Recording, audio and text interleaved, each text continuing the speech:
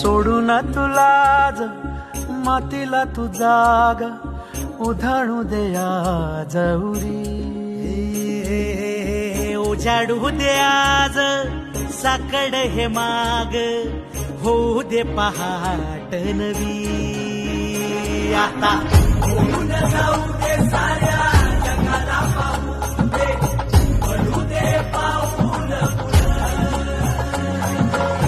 जरी काट पाया खाली चांगल्याला येऊ दे पडू दे पाऊल.